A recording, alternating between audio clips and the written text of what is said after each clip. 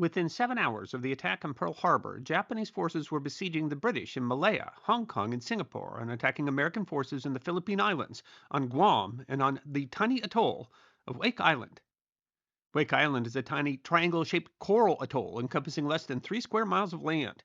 In December of 1941, the island held 450 officers and men of the 1st Marine Defense Battalion, a Marine squadron of 12 F-4F Wildcat fighter aircraft, 68 U.S. Navy personnel, 5 U.S. Army personnel, and over 1,000 civilians, mostly civil engineers working on expanding the base. The Japanese began bombarding the island from the air in the early morning of December 8th. After 3 days of bombardment, the commander of the Japanese forces assigned to attack the island, Rear Admiral Sadamichi Kajioka, assumed that the Wake Island defenders had been devastated by the attacks, and so he planned his land invasion to occur on December 11th. The force that he brought was substantial. He had 3 light cruisers, 6 destroyers, 2 patrol boats, and 2 transports. But the defenders were not as beaten as he imagined, and unbeknownst to Kajioka, the Marines had 6 5-inch naval guns to defend the island. These guns had been mounted on the battleship USS Texas, removed during a refit of the ship, and repurposed for coastal defense. The Marine squadron also still had 4 operable F-4F Wildcats. The Marines held their fire until the Japanese ships were in close, and when they opened up, it was a devastating barrage. The Japanese ships were raked by the 5-inch guns that they didn't even know the Marines had.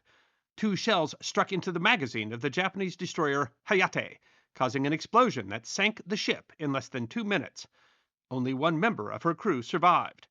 It was the first Japanese surface vessel of the war to be lost in combat.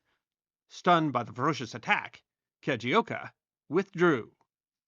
As the Japanese force tried to retreat while under fire, a bomb from one of the Wildcats struck the destroyer Kisaragi, causing an explosion that sank the vessel, lost with all hands. Overall, the Japanese losses exceeded 400 personnel.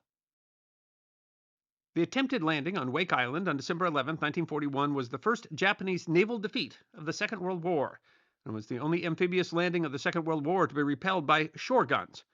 While the defenders would eventually be overrun, finally surrendering on December 23rd, their dogged defense of Wake Island in the face of overwhelming numbers, including turning back the first landing attempt, demonstrated to a public shocked by the attack on Pearl Harbor that Americans really could fight.